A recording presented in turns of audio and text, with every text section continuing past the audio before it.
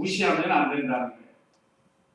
그래서 하나님께서 이제 그 왕과 그 백성과 성읍과 모든 재물을 다 너희에게 줄 테니까 너희는 두려워하지 말고 올라가는 거예요. 그래서 2절에 너는 여리고와 그곳 왕에게 한 것처럼 여리고 성도 하나님께서 이스라엘 백성으로 하여금 다 승리하게 해주셨죠. 그렇게 해주신다는 거예요. 이번에 아이와 그곳 왕에게도 하되 다만 전리품과 가축은 너희가 차지하여라. 너는 성 뒤쪽에 복병을 두어라 하셨다. 하나님께서 성 뒤에 복병을 숨겨두라고 말씀해 주셨습니다. 전에는 여리고 성에서는 거기 있는 금은 보와 전리품 하나도 갖지 말라고 그랬어요. 가지면 하나님 앞에 죄가 된다고. 그런데 이번에는 주신다는 거예요. 이번에는 아이성을 쳐서 이기면 거기 있는 전리품을 다 너희가 갖도록 해 주신다는 겁니다. 이제는 반대예요, 반대. 하나님께서 여호수아로 하여금 군대를 일으켜서 여기 3만 명을 보냈습니다. 여호수아가 모든 군사들과 함께 아이로 올라가려고 일어났다. 여호수아가 용사 3만 명을 뽑아 밤에 보내며, 이보다 더 많은 군대인데 용사 3만 명을 따로 뽑아서 보냈다는 거예요.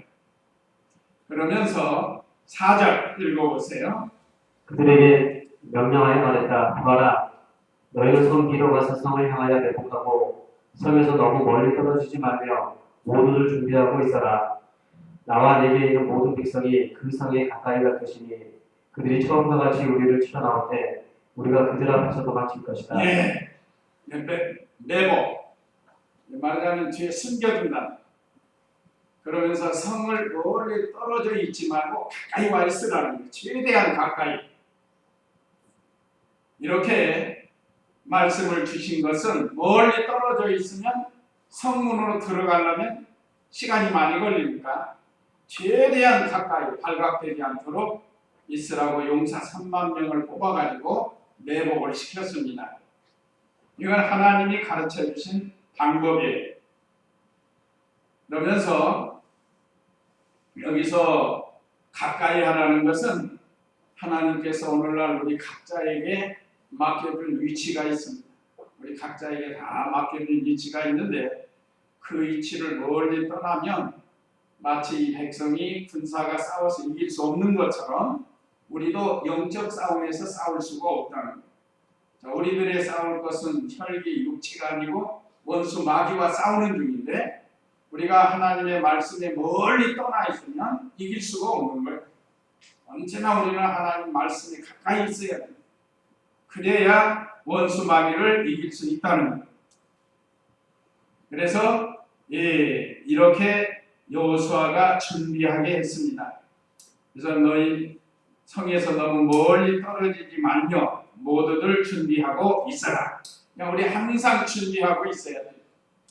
깨어있는 거나 마찬가지입니다.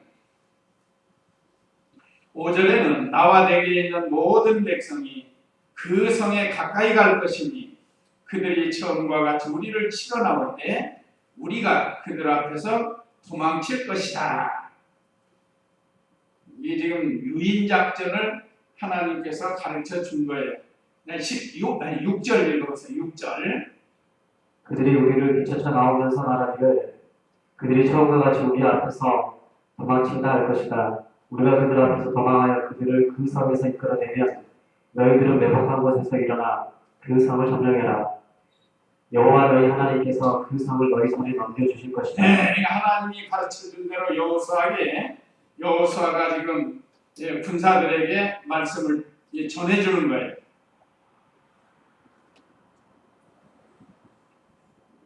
처음처럼 또 치고 도망가는 줄 알고 1차전에서 이스라엘이 쳐서 막 도망갔잖아요. 그러니까 이번에도 그런 줄 알고 성 안에 있는 아이성의 군대가 다 나올 거라는 거예요. 이건 하나님이 미리 가르쳐 준 거예요. 그래서 6절에 그들이 우리를 뒤쫓아 나오면서 말하기를 그들이 처음과 같이 우리 앞에서 도망친다 할 것이다. 우리가 그들 앞에서 도망하여 그들을 성에서 이끌어내면, 말하자면 도망치는 것처럼 하는 거예요. 이건 작전상 후퇴하는 겁니다. 작전상 후퇴. 그래서 너희들은 매복한 곳에 일어나 그 성을 점령해라. 여호와 너희 하나님께서 그 성을 너희 손에 넘겨줄 것이다. 아니, 좋은 작전을 하나님이 말씀해 주셨습니다. 근데 여기서 중요한 게 여호수아나 백성이 이걸 믿고 순종하는 게 달려 있어요. 먼저처럼 또 우리 또 치면 어떻게 할까? 또 우리 군사가 죽으면 어떻게 할까? 두려워가지고 안 하면은 이게 안 되는 거죠. 그래서 그 성을 정복하게 되면 어떻게 할 것인가로 가르쳐줬는데 8절 읽어보세요. 8절. 너희가 그 성을 차지하거든 그 성을 불태워 여호와의 말씀하신 대로 행하여라. 보아라, 내가 너희에게 명령한다. 여호수아가 그들을 보내니 그들이 매복할 곳으로 가서 아이 서쪽 곧 베델과 아이 사이에 자리를 잡았고 여호수아는 그날 밤 백성 가운데서 밤을 지냈다. 작전대로 3만 명을 뽑아가지고 서쪽에 서문에 있는 쪽으로 매복을 시키고 그날 밤 거기서 잤습니다. 그 다음에 10절로 14절은 여호수아와 백성들이 하나님 말씀대로 그대로 순종했습니다. 10절 읽어보세요. 여호수아가 아침에 일찍 일어나서 백성을 정복하고 이스라엘의 장로들과 함께 백성 앞에서 아이로 올라갔다. 그에게 있던 모든 군사들이 올라가 그 성 앞에 가까이 가서 아이 북쪽에 진을 쳤는데 그들과 아이 사이에 골짜기 하나가 있었다. 여호수아가 5,000명 가량을 택하여 성 서쪽 곧 베델과 아이 사이에 매복시키니 성의 북쪽에는 모든 군대를 두고 성의 서쪽에는 불병을 두었으며 여호수아가 그날 밤 골짜기 가운데로 들어갔다. 아이 왕이 이것을 보고 그 성의 사람들 곧 그와 그의 온 백성이 서둘러 일찍 일어나 정해진 때에 이스라엘과 맞서 싸우려고 아라바 앞으로 나왔으나 그 왕은 성 뒤에 자기를 데려오는 북병이 있는 것을 알지 못했다. 북병이 있는 줄 모르고 이제 서쪽에다가 북병을 시켜놓고 북쪽에서 여호수아와 군대들이 이제 말하자면 싸우자고 한 거예요. 그러니까 이 아이성 그 왕이 그걸 보고 지난번처럼 승리할 줄 알고 자기 군대를 다 모았어요. 그래가지고 이 전쟁을 하려고 준비를 했는데 뒤에 복병이 있는 걸 지금 모르고 나가는 거예요. 이게 이번에는 아이성 왕이 방심한 거예요. 방심. 우리 예수님 믿는 성도들도 방심하면 마귀가 어느 순간에 우리를 이렇게 기습해 옵니다. 여기서는 여호수아 백성들이 하나님이 정해주신 하나님께서 명령하신 그 전법대로 잘 순종을 했습니다. 여기서 만약에 불평불만하고 자기 생각대로 하려고 하면은 이건 안 되는 거죠. 그래서 이 아이성 왕이 복병이 있는 줄 알지 못하고 이제 전쟁을 하는데, 그래서 두 번째 아이성을 정복하는 방법과 정복 15절로 23절인데요. 15절 읽어보세요.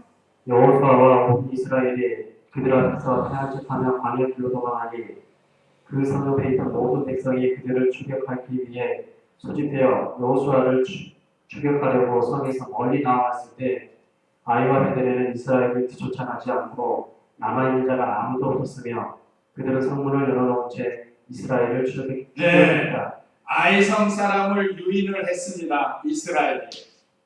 그랬더니 아이성에 군사 하나도 안 남겨놓고 이 전에 이긴 거 하나 가지고 말이야.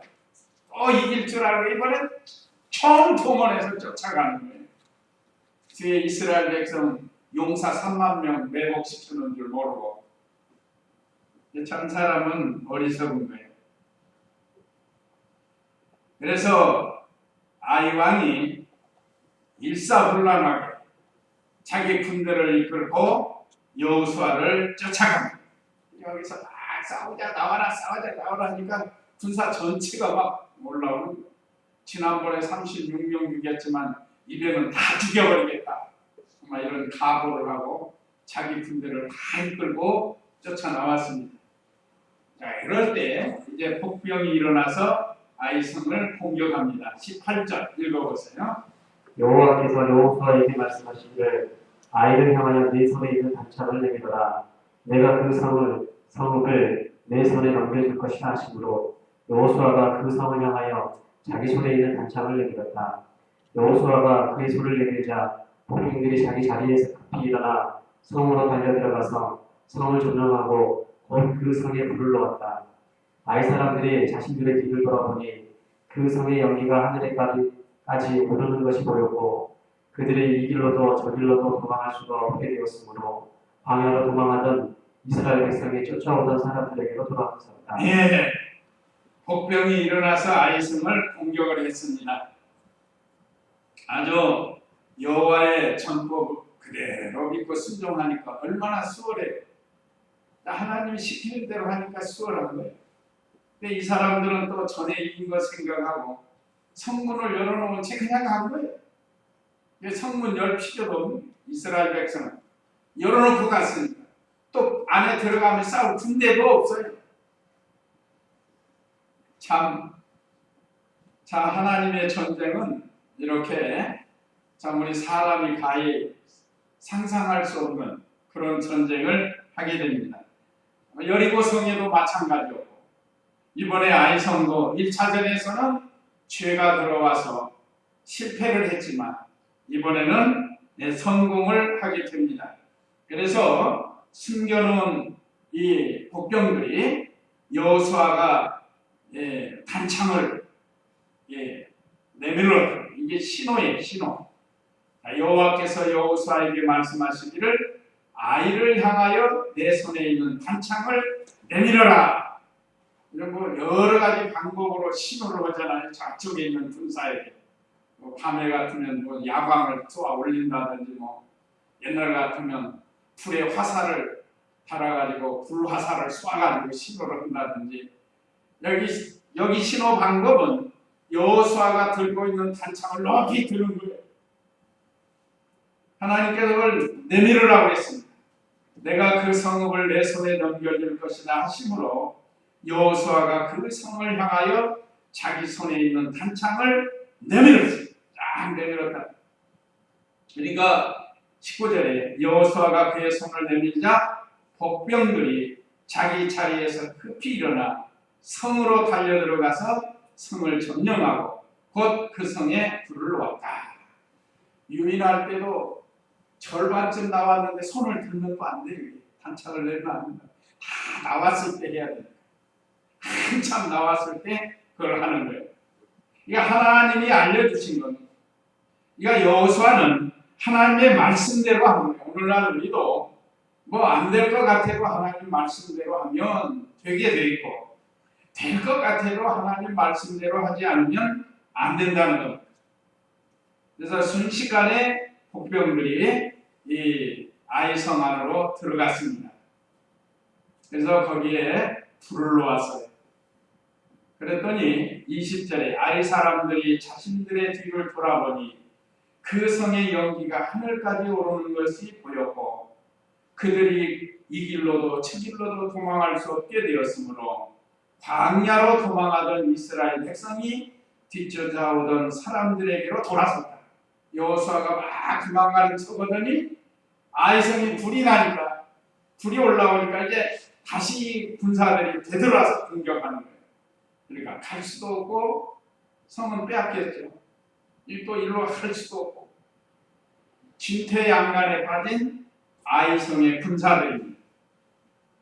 그러니까 아이성 사람이나 이스라엘 사람이나 이렇게 방심부주의하고 삼가 조심하지 않으면 전쟁에서 패할 수밖에 없습니다. 특별히 전쟁은 여호와께 속해서 하나님이 도와주시지 않으면 이길 수 없어요.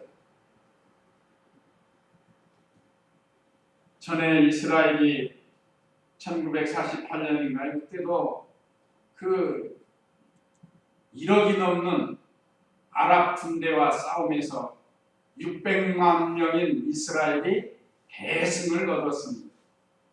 그래도 하나님의 특별한 섭리라고 할 수 있습니다. 자, 그 다음에 20절 읽어보세요. 네, 21절.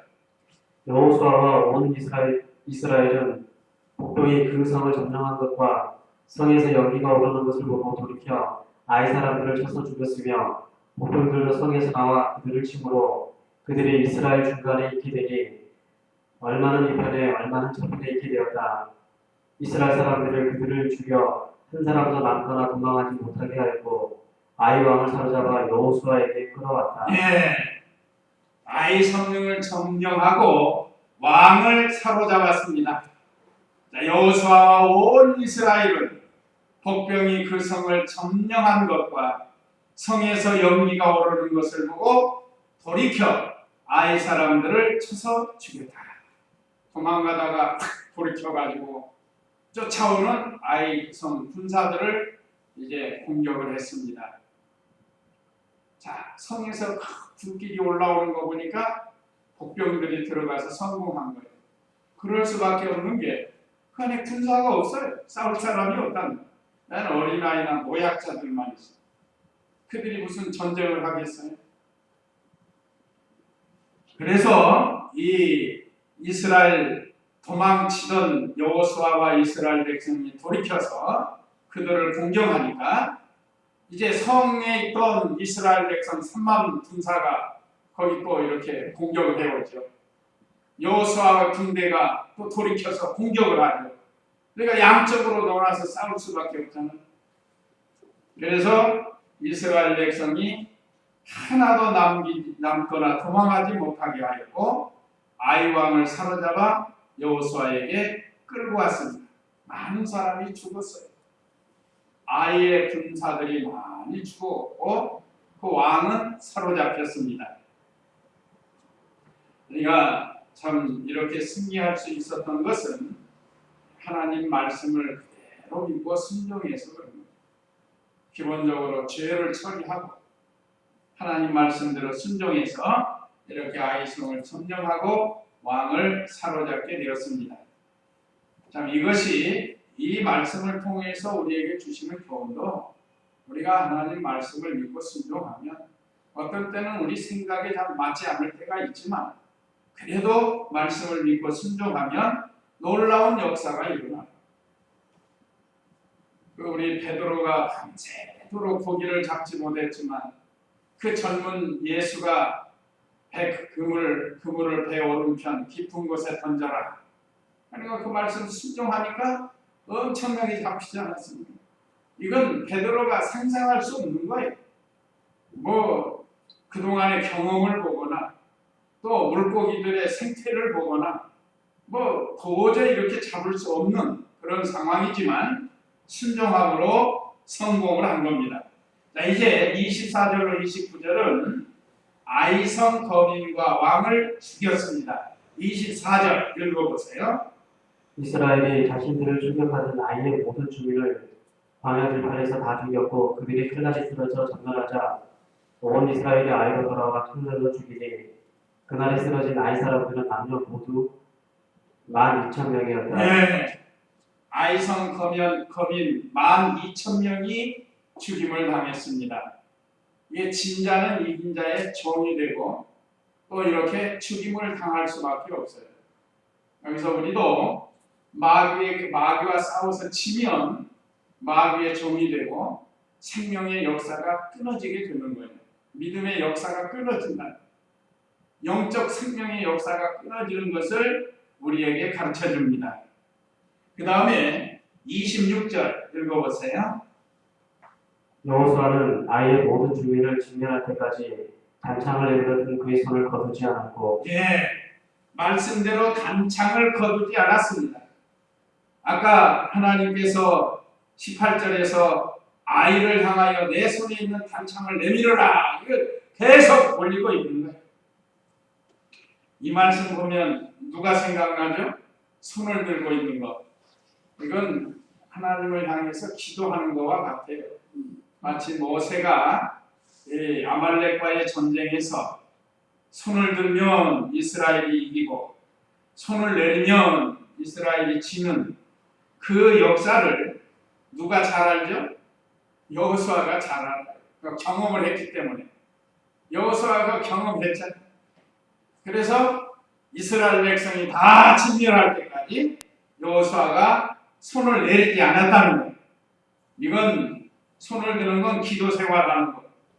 하나님과 늘 교제하고 교통하는 생활하는 거. 뭐 직장에 가든 가정에 가든 어디 가든 늘 하나님을 의식하면서 생활하는 것을 가르칩니다.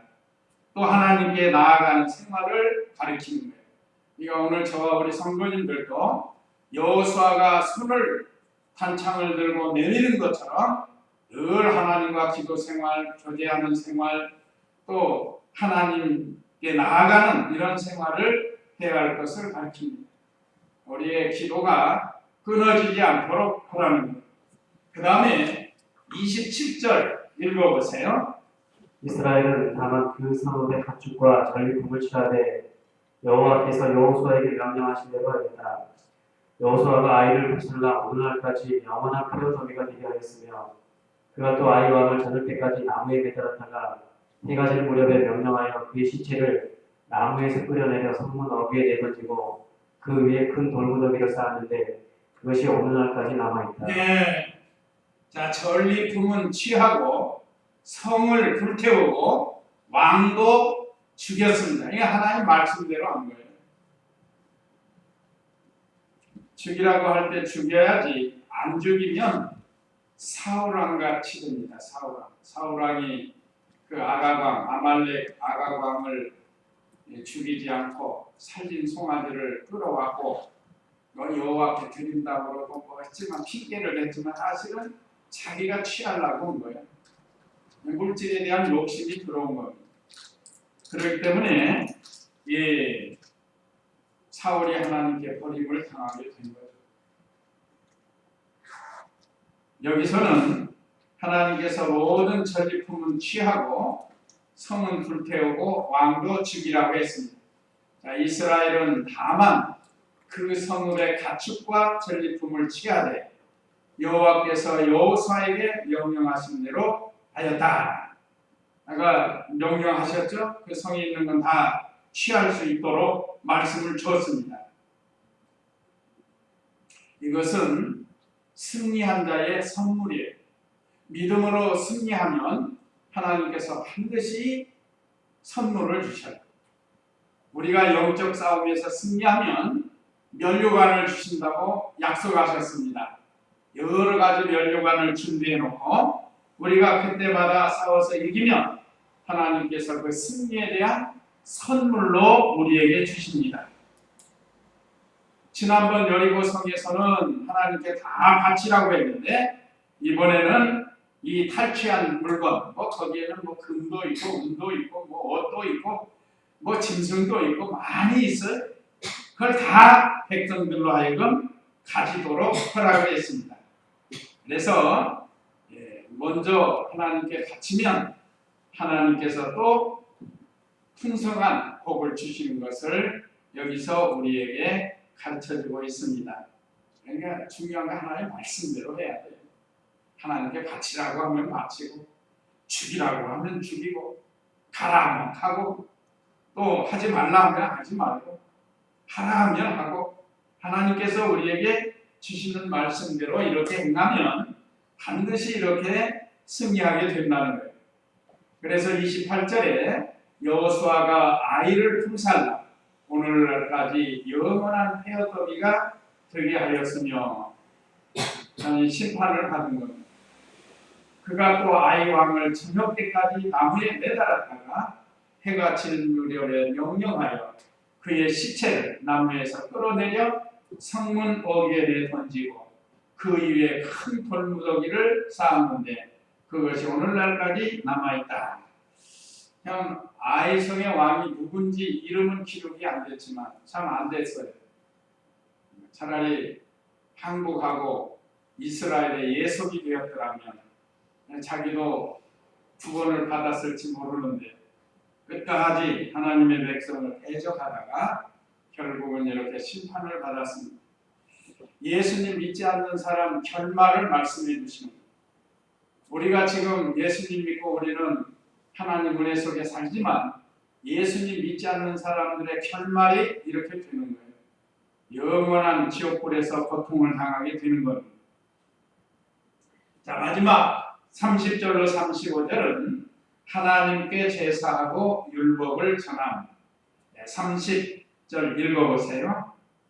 그때 여호수아가 여호와 이스라엘 하나님을 위하여 에발산 위에 제단을 쌓았으니 그것은 여호와의 종 모세가 이스라엘 자손에게 명령한 것 같이 모세 율법책에 기록된 그대로 천년장으로 다듬지 않은 자연석들로 만든 제단이었다. 그들이 그 위에 여호와께 번제와 화목제를 드렸다. 예, 하나님께 단을 쌓고 제사를 드렸습니다. 에발산에 올라가서 단을 쌓고 하나님께 번제와 화목제를 드려요. 번제는 제물을 다 각을 떠서 하나님께 태워드리는, 다 드리는 거고, 화목제는 하나님께 일부 드리고 일부는 거기 남은 사람들이 서로 나눠 먹고 서로 화목하는, 하나님과 화목하고 백성들과 화목하는 그런 제사를 가르칩니다. 우리가 드리는 예배도 이것이 다 포함이 된 거예요. 때로는 우리 자신을 다 주님께 드리고 때로는 또 하나님이 주신 은혜로 서로 화목을 누리면서 생활할 것을 가르쳐 줍니다. 그런데 그 단은 돌로 다듬지 않은, 천년장으로 다듬지 않은 자연석으로 하라고 했습니다. 자연석. 이것은 출애굽기 20장 25절에도 이 말씀입니다. 한번 읽어보세요. 출애굽기 20장 25절 말씀. 네가 나를 위해 돌제단을 만들려거든 다듬은 돌로 쌓지 마라. 네가 정으로 그 돌을 쪼면 그것이 부정해지기 때문이다. 예, 네가 나를 위해 돌 제단을 만들려거든. 지금 이 제단을 만들었죠. 에발산에서. 그런데 자연석으로 하라는 거예요. 네가 정으로 그 돌을 쪼면 그것이 부정하기 때문이다. 그러면 왜 다듬지 않은 돌로 이렇게 제단을 쌓으라고 했는가? 이것은 첫째, 인간의 손으로 가감하지 말라. 하나님의 말씀을 그대로 믿고 나가야지. 인간의 지식으로 또 무슨 풍습을 따라서 그렇게 신앙생활을 하지 말라. 하나님 말씀에 대해서. 자, 하나님이 내신 말씀 그대로 섬기라는 겁니다. 예를 들면 또 우리가 어떤 씨를 뿌릴 때 호박씨 모양이 좀 이상하다고 해가지고 그걸 잘 깎아가지고 동그랗게 해가지고 심으면 그게 어떻게 되죠? 그건 죽는 거예요. 사람의 방법을 하나님이 낸 그대로 씨를 심어야지. 거기다가 뭘 자꾸 모양을 내가지고 깎고 껍질을 벗기고 그렇게 해가지고는 그게 생명이 없어진다.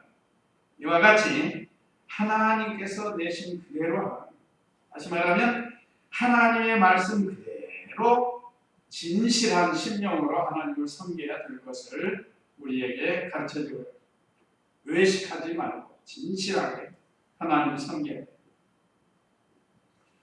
이것은 또 하나님께서 은혜를 베풀어서 아이성 전투에서 승리하게 해주신 하나님 은혜에 진심으로 감사하면서 제단을 쌓을 것을 말씀을 했습니다.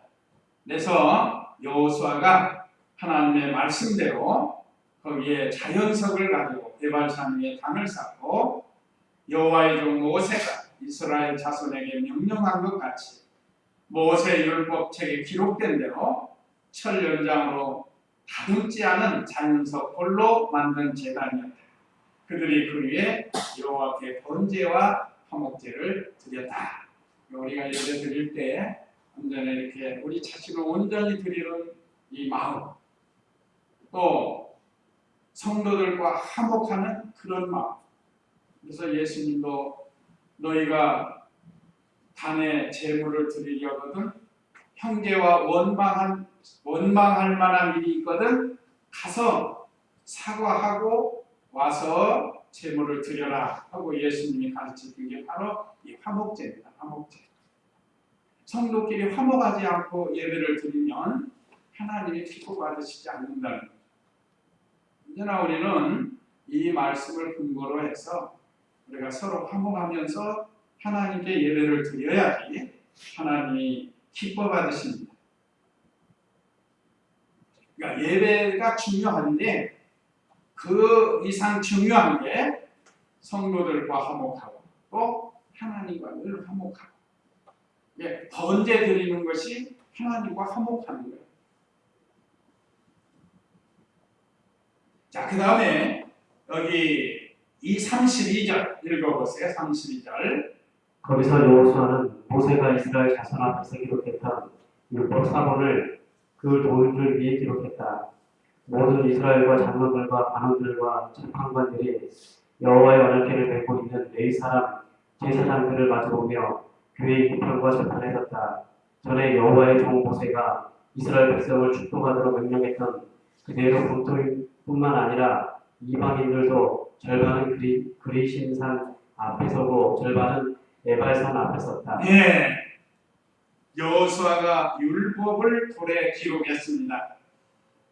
그리고 백성들에게 이제 낭독하게 되는데 오늘 여기 32절, 33절은 율법을 돌에 기록했다. 하나님의 말씀을 돌에 새겨서 그것을 읽고 기억하고 실천하라는 겁니다. 이 돌은 변치 않는 것을 가리켜요. 변치 않는 것. 오늘날 우리가 무슨 돌에다 세우는 게 아니고 우리는 어디다 세우라고 새기라고 그랬죠? 마음판에 새기라고 했습니다. 마음판. 우리는 하나님의 말씀을 우리 마음판에 새겨야 돼요. 그 말씀이 우리 속에서 역사할 수 있도록 우리 마음판에 잘 새기고 또 그 말씀으로 우리가 만들어져서 우리의 인격이 되도록 해야 된다는 거예요. 그리고 자녀들에게 부지런히 가르치라는 거예요.